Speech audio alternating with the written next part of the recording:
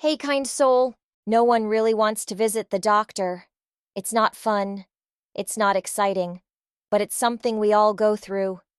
And behind every visit, there's worry, hope, fear, and sometimes relief. So today, let's walk through this experience together, gently, honestly, and with open hearts.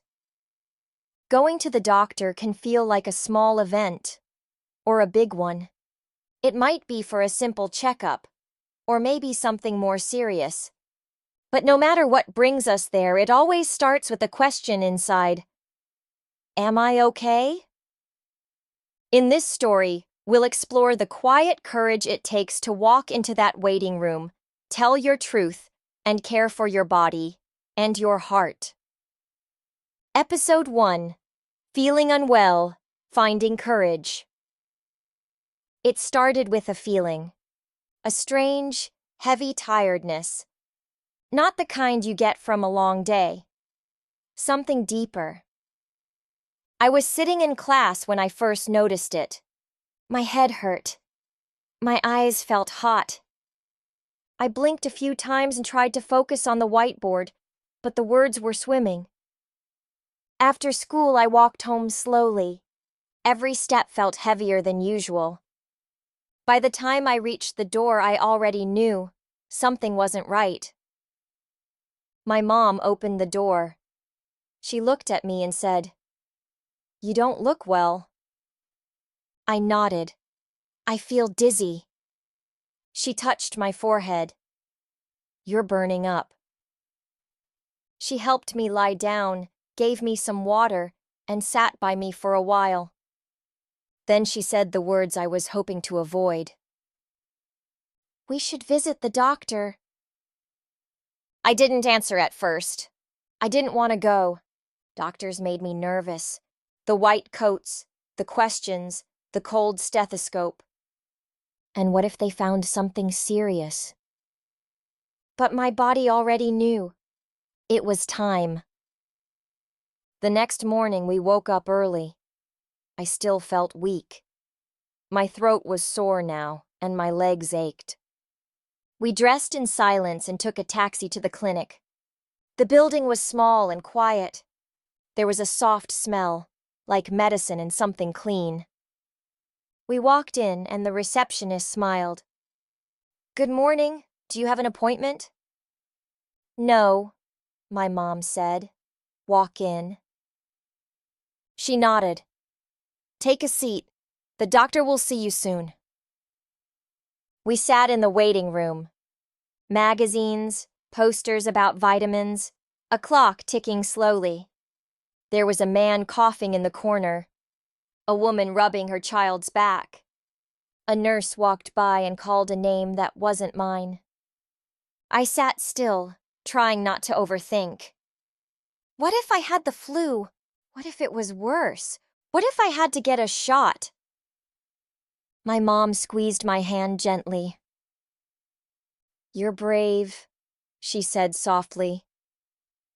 I didn't feel brave, but her voice helped.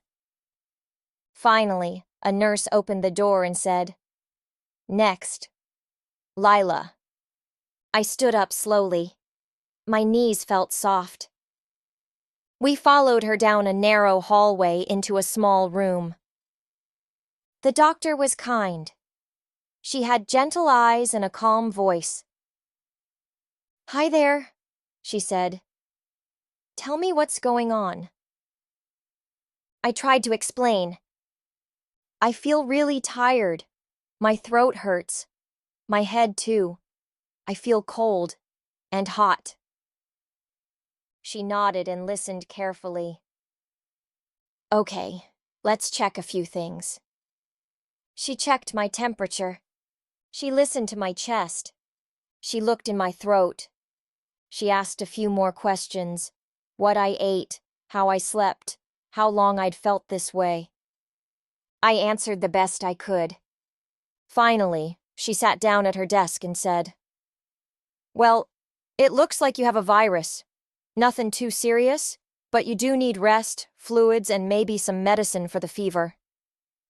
I felt a small wave of relief. Not serious.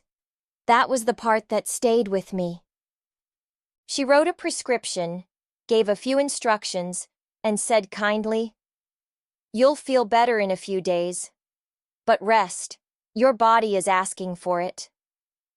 I thanked her quietly. My mom smiled and said, "Told you it was a good idea to come." On the way home, I leaned against the taxi window. My throat still hurt. My body still ached. But inside, something was lighter. I had faced the fear, gone to the clinic, spoken my truth, and now I was on the way to healing. Sometimes courage doesn't look like loud action. Sometimes it's just a quiet yes to help, a small step toward care. That night, I took my medicine, drank tea, and curled up in bed. Outside, rain tapped the window. Inside, I felt warm. Not because I was healed, but because I had started the journey. And that, I realized, was enough for today. Episode 2. Healing Takes Time. The next few days were quiet. I stayed home, mostly in bed. The fever came and went like waves. One moment I felt okay. The next I was sweating, shivering, and tired all over again. My mom kept checking on me. She brought soup, tea, and those little white pills the doctor had given. "Drink slowly," she would say. "Rest as much as you can." And I did. I rested. A lot.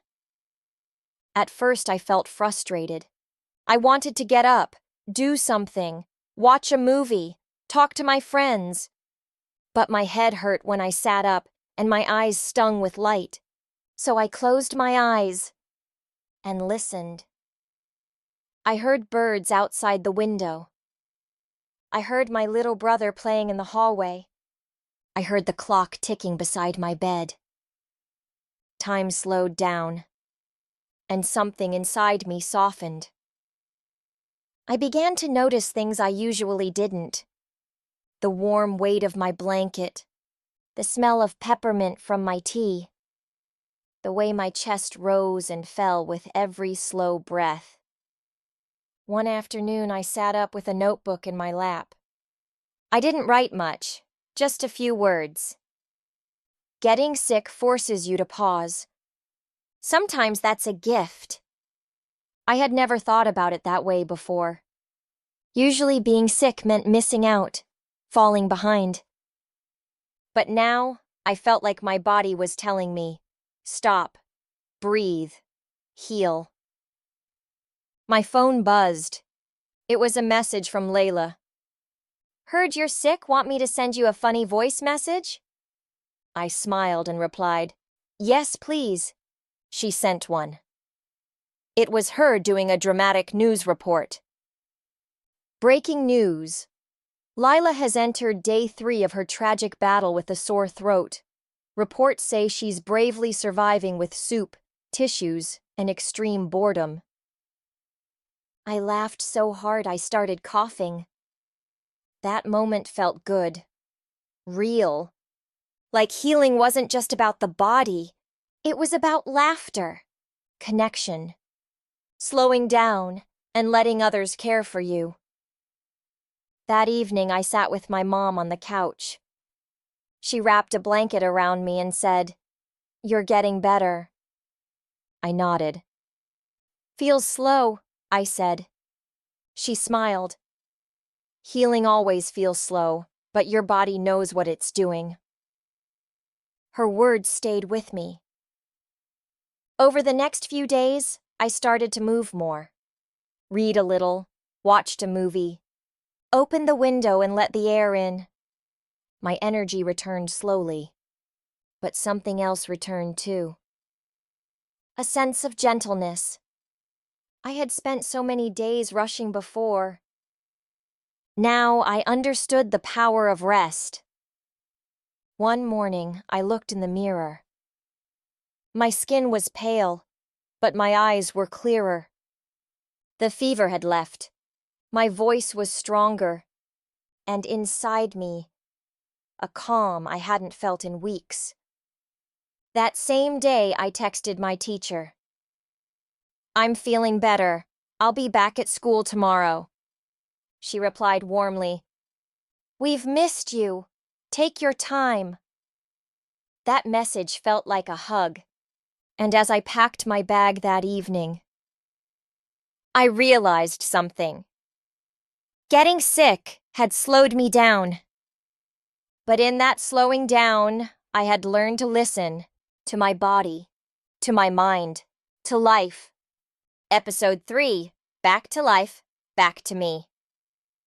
The morning air felt cool on my skin. I stood at the bus stop holding my backpack. The same streets, the same sounds, but I felt different. I was back to school, back to the world. But inside, I was a little quieter, a little more aware, a little softer. The bus arrived. I stepped in and sat by the window. My classmates laughed in the back. Someone was playing music quietly through headphones. I rested my head against the glass. I thought about last week, the tiredness, the fever, the waiting room, the way the doctor had looked at me and said, "You'll be okay." And I had been. When I reached school, Layla ran up to me. "You're alive," she said dramatically, pretending to cry. I laughed. "Barely." She hugged me tightly. "We missed you. It was boring without you." We walked to class together. My teacher smiled when she saw me. "Lila, welcome back. You okay now?" "Yes," I said. And I meant it. The lessons felt strange at first. It was like stepping into a river after being out too long. But slowly, I began to swim again. At lunch, I sat with my friends. We talked, we joked, we shared snacks. And I realized being here felt good, familiar, safe. But it also felt new, because I was seeing it all through new eyes. I noticed the way Sarah braided her hair while she talked. I noticed the way the sunlight danced across our desks. I noticed how many times we said, "I'm tired," without really meaning it. Before, I would have said the same. But now, I understood the real kind of tired, and I had learned how important it was to stop, rest, and heal. That night, I sat at my desk doing homework. I looked at the assignments I had missed. At first, I felt a little overwhelmed. But then I reminded myself, I've already done the hardest part. I've taken care of myself. Now I can handle anything. 1 page, 1 hour, 1 step at a time. Later, I wrote in my journal. Getting sick made me pause. But in the pause, I learned. My body is strong, and I'm stronger than I thought. I closed my notebook and looked in the mirror. Same face, same hair, but something deeper had changed. Not everyone saw it, but I did, and that was enough. Hey, gentle soul, you did something powerful. You walked through the quiet fear of not feeling okay. You faced the doctor, you rested, you healed, and now you've returned, not just to the world, but to yourself. Visiting the doctor may seem like a simple task, but behind it, there is honesty. There is courage. There is the decision to say, I matter, my body matters, my health matters. Sometimes strength is loud, but other times it's in the softest moments. letting someone care for you, admitting you need help, taking a nap, drinking tea, listening to your body. So if ever again you feel unwell, physically or emotionally, don't wait too long. Don't hide your pain. You deserve care, love, and support. And remember, healing is not only about medicine, it's also about time, gentleness, kindness to yourself. Thank you for walking with me through this experience.